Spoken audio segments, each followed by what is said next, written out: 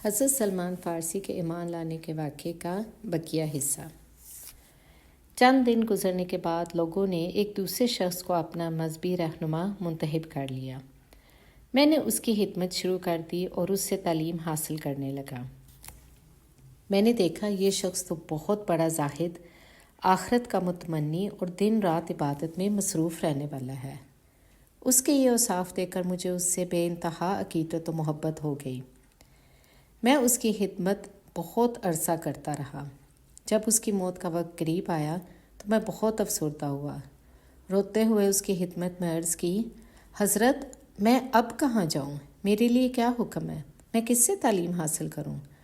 اس نے لڑکھڑاتی ہوئی آواز سے کہا، بیٹا موصول میں ایک شخص رہتا ہے جو ہمارے مشن پر قائم ہے، تم اس کے پاس چلے جانا۔ جب یہ میرا مذہبی رہنما فوت ہو گیا تو میں اس کی تدفین سے فارغ ہو کر سیدھا موصول روانہ ہو گیا اور اس شخص سے ملاقات کی جس کے متعلق مجھے بتایا گیا تھا۔ میں نے اپنا تعارف کرانے کے بعد عرض کی، مجھے فلاں پادری نے مرنے سے پہلے وصیت کی تھی کہ میں آپ کی خدمت عالیہ میں حاضر ہو کر مذہبی تعلیم حاصل کروں۔ انہوں نے آپ سے متعلق مجھے بتایا کہ آپ ان کے مشن پر قائم ہیں۔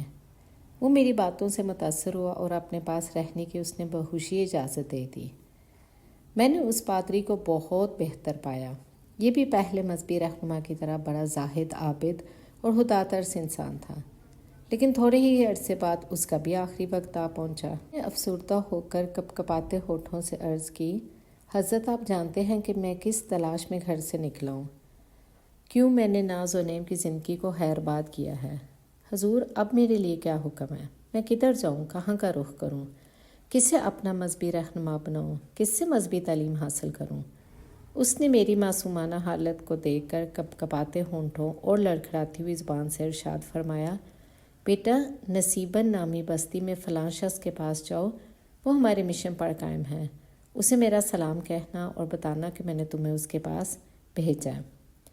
جب اسے بھی لحد میں اتار دیا تو میں سیدھا اس مذہبی رہنما کے پاس پہنچ گیا جو بستی میں رہتا تھا۔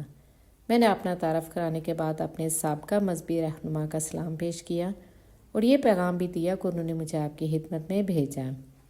میں مذہبی تعلیم حاصل کرنے کا متمنی ہوں اور کامل استاد کی تلاش میں آپ کے پاس پہنچا ہوں۔ اس نے میری باتیں سن کر بڑی مسرت کا اظہار کیا اور حصول علم کے لیے اپنے پاس رہنے کی اجازت بھی دے دی۔ یہ بھی پہلے دونوں کی طرح بڑا زاہد، عابد، متقی اور خدا ترس انسان تھا۔ خدا کا کرنا ایسا ہوا کہ اسے بھی اجل نے زیادہ مہلت نہ دی۔ جب اس کی موت کا وقت قریب آیا تو میں نے افسردگی کے عالم میں ان کے سرہانے بیٹھ کر عرض کی، حضرت آپ میری تمنا کو جانتے ہیں، اب میرے لیے کیا حکم ہے؟ اپنے درد کا حال کسے سناؤں؟ کسے رہنما بناؤں؟ اب کون میرے زخموں پر مرہم لگائے گا؟ اس نے میری کیفیت دیکھ کر بڑے ہی شفیق انداز میں کہا، بیٹا اموریہ بستی میں فلاں شخص کے پاس چلے جاؤ، وہ ہمارے مشن پر قائم ہے۔ اسی طرح کرتے کرتے میں اموریہ بستی میں اس رہنما کے پاس چلا گیا۔ وہاں پہ بھی مجھے رہنے کی اجازت مل گئی، لیکن قدرت کا ایسا کرنا ہوا کہ انہیں بھی زیادہ مہلت نہ ملی۔ جب موت کا وقت قریب آیا تو میں نے حسب معمول عرض کی، اب میرے لیے کیا حکم ہے؟ اس نے مجھے یہ بات بتائی، کہنے لگا، خدا کی قسم روئے زمین پر اب کوئی ایسا شخص باقی نہیں رہا جو ہمارے مشن پر قائم ہو، لیکن سرزمین عرب میں ایک نبی مبعوث ہونے والا ہے جو دین ابراہیمی لے کر آئے گا۔ پھر وہ اپنے وطن سے ایک ایسے علاقے کی طرف ہجرت کرے گا جہاں سیاہ خشک پتھروں کے درمیان کھجوروں کے باغات ہوں گے۔ اس کی چند ایک واضح نشانیاں بھی ہوں گی۔ وہ ہدیہ تو کھا لے گا لیکن صدقہ کی چیز نہیں کھائے گا، اور اس کے کندھوں کے درمیان مہر نبوت ہوگی۔ اگر آپ وہاں جانے کی استطاعت رکھتے ہوں تو میری نصیحت ہے کہ ضرور جائیں اور ان سے ضرور ملیں۔ اس مذہبی رہنما کی وفات کے بعد میں بہت عرصہ تک اموریہ بستی میں رہا۔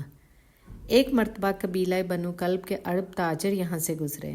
میں نے ان سے کہا، اگر تم مجھے بھی اپنے ساتھ لے جاؤ تو میں اس کے عوض یہ سب گائے اور بکریاں تمہیں دے دوں گا۔ اس قصے کا آخری پارٹ آپ کو اگلے ویڈیو میں سنایا جائے گا انشاءاللہ۔